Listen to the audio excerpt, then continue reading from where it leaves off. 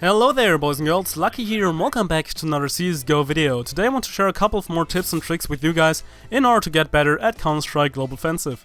Today's video would be about map knowledge and how to improve it and by having superior map knowledge actually win the game over the enemy team. So before we get right into today's topic, I just want to really quickly mention this game was a solo queue matchmaking game that I did the other day, and actually one of you guys did recognize me in game, which was kind of cool. So mate, in case you're watching this, hello, and was a great game. But yeah, let's get into the actual video. So, map knowledge. Map knowledge is one of the things that you want to be good at. Like, stuff like aiming, movement, and all the other stuff is also important. And the main difference between actually trying to improve between those are that you can usually do that naturally, so you just play and naturally get better with it, or you can actively train it. So stuff that we usually actively practice is, for example, our aim, our movement, crosshair placement, throwing special nades and having good equipment management and money management, stuff like that. However, as for map knowledge, we actually do not really train it, we just play on it and we slowly get to know it. And I mean, it's pretty obvious that map knowledge comes to you very naturally, but there are a couple of spots, for example like right here, where you're able to see the shadow of an enemy in order to see him before he is able to see you.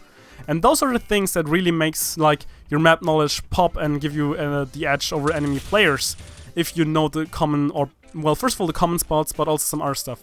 So the first thing that you want to do is that after you've learned the map, you want to learn the callouts in order to basically give the info to your teammates, to tell them where they are and stuff like that.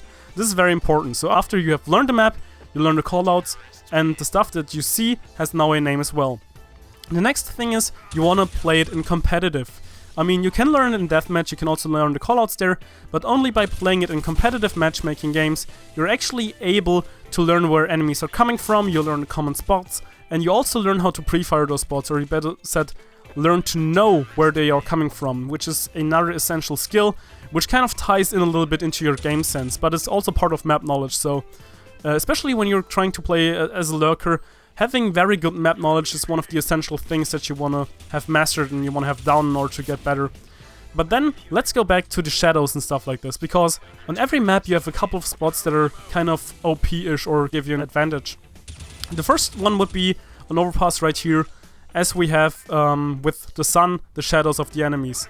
Usually they give the enemy away pretty easily, and like that you have pretty much the advantage on CT side. So when you're playing on T side, however, you always also want to be aware of that, and you kind of want to maybe flash in there or smoke them off so they are not actually able to see your shadow.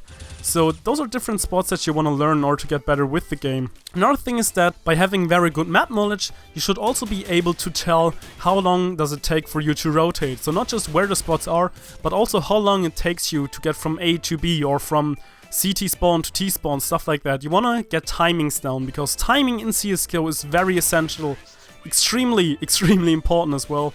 So when you have good map knowledge, this should also tie in with your timing. You should know, okay, they aren't able to make it until this spot, until there, or until this time.